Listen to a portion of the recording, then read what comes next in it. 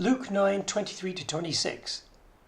Then Jesus said to them all, "Whoever wants to be my disciple must deny themselves and take up their cross daily and follow me.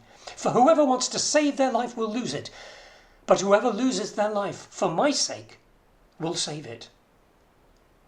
For what good is it for someone to gain the whole world and yet lose or forfeit their very self?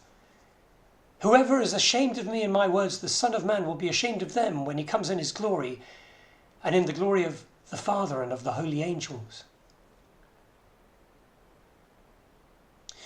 Take up their cross daily. As a day-by-day disciple, this actually means regularly doing things that you feel pleases God, and they may not be very exciting. Sometimes looking after a baby, if it's your baby, changing nappies, it's not glamorous stuff, but it may be what God has for you to do.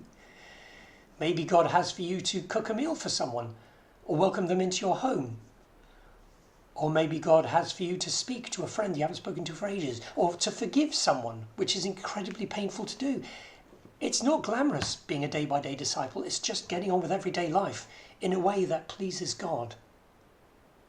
And sometimes that is like taking up a cross and sacrificing things you would rather do for the sake of things you think are the right thing to do. When I was 19, I wanted to be a songwriter. I was a songwriter. I wrote songs. They weren't great. I wanted to write songs that would make the whole world sing.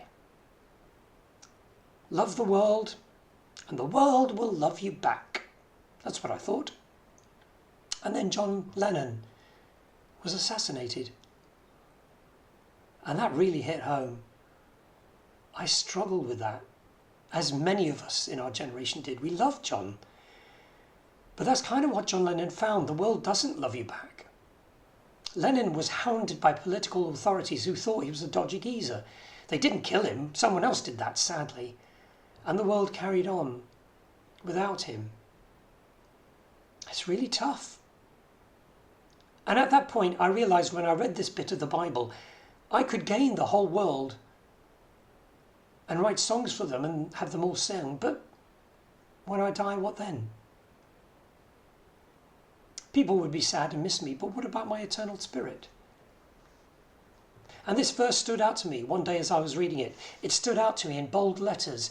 David, God seemed to be saying, what good would it be for you to gain the whole world and have them singing your songs, and yet lose your very soul? And that's been in my thinking ever since then.